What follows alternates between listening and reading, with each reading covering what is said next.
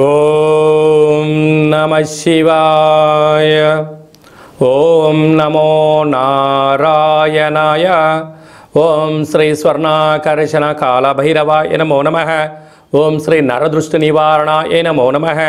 ప్రణో దేవీ సరస్వతి వాజేభిర్వాజినీవతి ధీనామవిత్రియవతు మహాసరస్వత్యై నమః. హరి ఓం.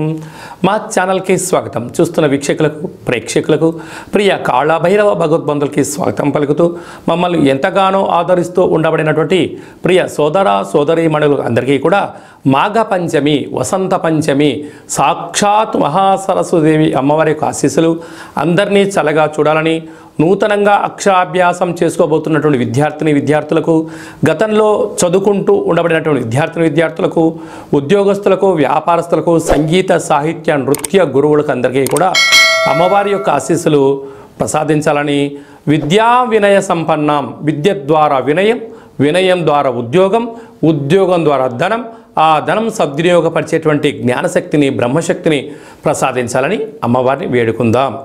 1వ తారీఖు 2వ నెల 2024 నుండి 29/2/2024 వరకు పుట్టినటువంటి వారందరికీ కూడా ముందస్తుగా జన్మదిన శుభాకాంక్షలు. గతంలో వివాహం చేస్తున్న వారికి వివాహ వార్షికోత్సవ శుభాకాంక్షలు. ద్వాదశ రాశుల్లో గ్రహ గమనాన్ని ఒకసారి వీక్షింపచేద్దాం.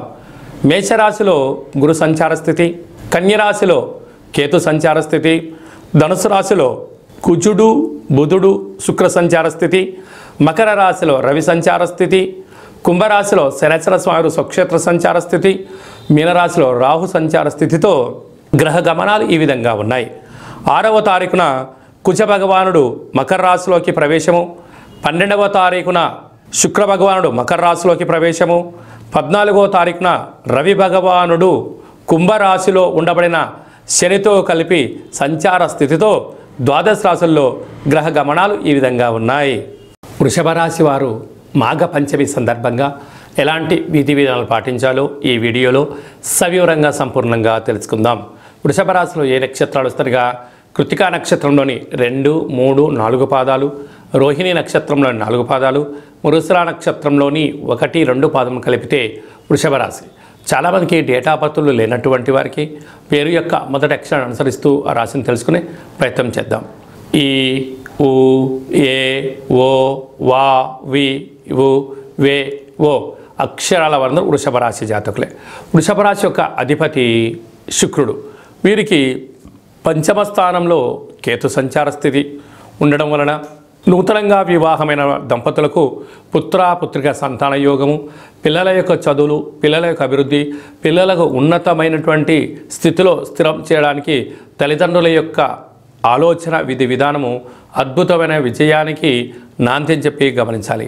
అష్టమంలో కుజుడు శుక్ర సంచార స్థితి. కుజదోష ప్రభావం కారణం వలన మీ జన్మ నక్షత్రం రోజున మంగళ శనివారముల యందు దూరావాయు జల ప్రయాణాలు పెట్టుకోకపోవడం వలన 90% సమస్యలు నివారించడానికి అవకాశాలు ఉన్నాయి. ఆవేశానికి ఇది సరైన సమయం కాదు. ఆలోచన, జ్ఞానము, ఆధ్యాత్మిక చింతన యోగదాయకం అని చెప్పి గమనించాలి. భాగ్యస్థానంలో రవి బుధ సంచార స్థితి కారణం వలన బుధాదిత్య రాజయోగం. భార్య కానీ భర్త కానీ ఉద్యోగ ప్రయత్నం చేసేటువంటి వారికి ఇది చాలా మంచి కాలము అని చెప్పి గమనించాలి. రాజ్యస్థానంలో శనేశ్వర స్వామి స్వక్షేత్రకంగా ఉండడం వలన వృత్తులలో, ఉద్యోగాల్లో, వ్యాపారాల్లో స్వల్పమైన ఆటంకాలు ఉండినను ఆధ్యాత్మిక చింతన కలిగి ఉండడం వలన అద్భుతమైన విజయ కేతనం వీరి సొంతం అవుతుందని చెప్పి గమనించాలి.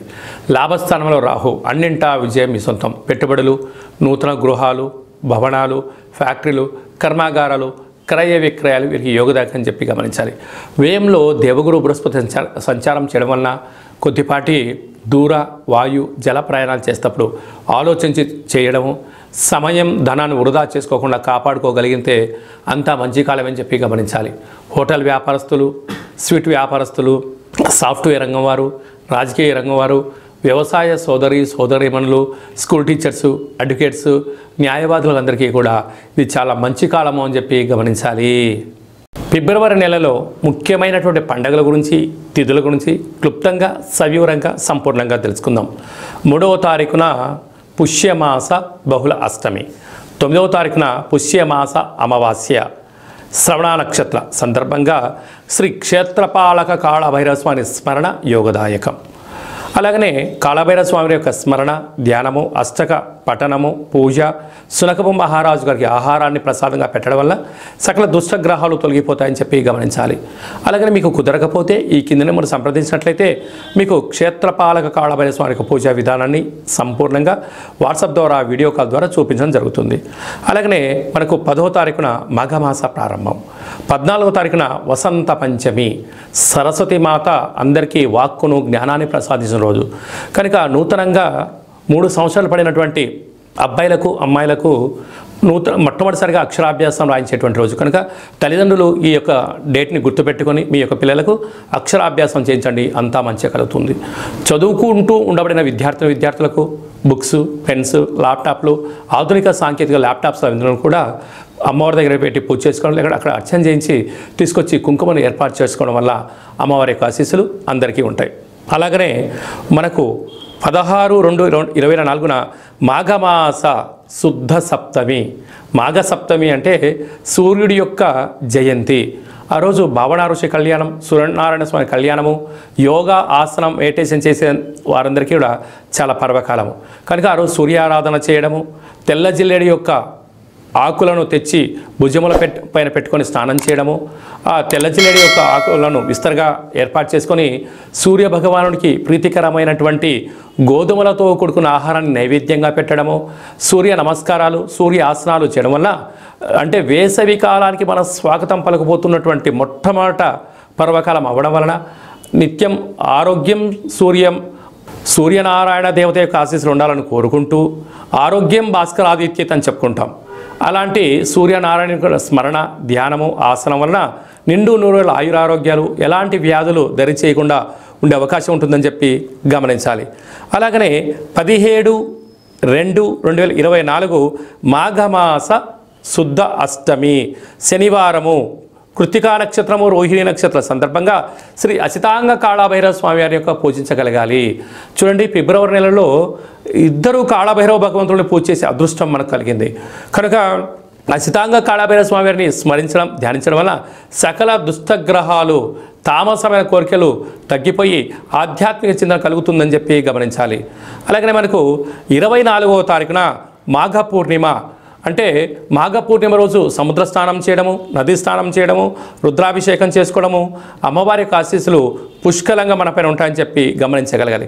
వీలైతే అరుణాచల క్షేత్రగిరి పర్వత ప్రదక్షిణ చేసినట్లయితే పుష్కలమైనటువంటి గురు యొక్క ఆశీస్సులు, పరమేశ్వరుడి యొక్క ఆశీస్సులు ఉంటాయని చెప్పి గమనించాలి.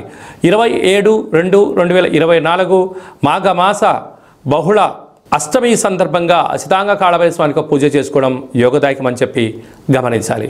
ఇంకనూ మనం విజయం సాధించగలగాలి అన్నట్లయితే ఈ యొక్క పాత్రను స్వర్ణాకర్షణ అక్షయ పాత్ర అంటారు. ఈ యొక్క మనకు రాసులు 12 ఎలా ఉంటాయో పాత్రలో 12 రాసులను అచ్చివేయడం జరుగుతుంది. ఈ యొక్క పాత్రను ప్రతిరోజు ఉదయము, సాయంత్రం ఇంట్లో మనం పూజ చేసుకున్న తదనంతరము 2 అగరబత్తులు వెలిగించి తిప్పి మన మనసులో ఏదైతే కోరికలు ఉన్నాయో అవి నెరవేరాలని చెప్పి కాలాన్ని శాసింపజేసే శక్తి అయిన కాళభైరవ స్వామిని స్మరణ చేసి శబ్ద తరంగాలను సృష్టించడం వలన మానవుని యొక్క శరీరంలో మూలాధారం నుంచి సహస్రాల చక్రాలు వికసించి దుష్టగ్రహాలు పారిపోయి నరదృష్టి నివారణ కలిగి తాంత్రికపరమైన దోషాలు తొలగి అఖండ ఐశ్వర్య ధనానికి స్వాగతం పలుకుతుందని చెప్పి గమనించాలి.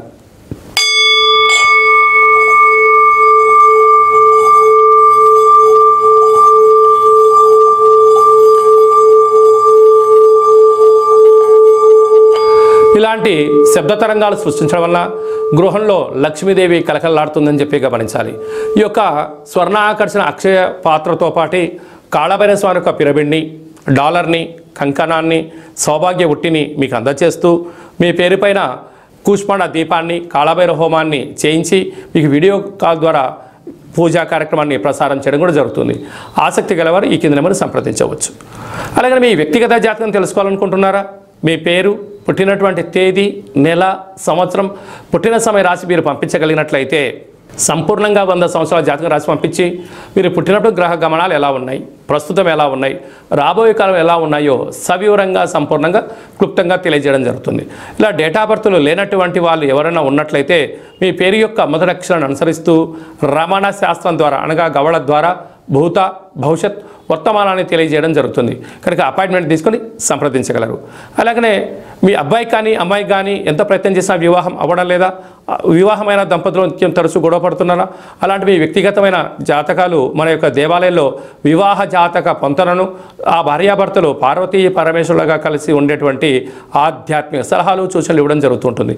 అలాగే చాలామందికి కాళభైరవ మంత్ర ఉపదేశం ఎలా తీసుకోవాలి, మంత్ర సాధన ఎలా చేయాలో తెలుసుకున్న వారందరికీ మన యొక్క దేవాలయంలో మంత్ర ఉపదేశం చేయడం జరుగుతుంది.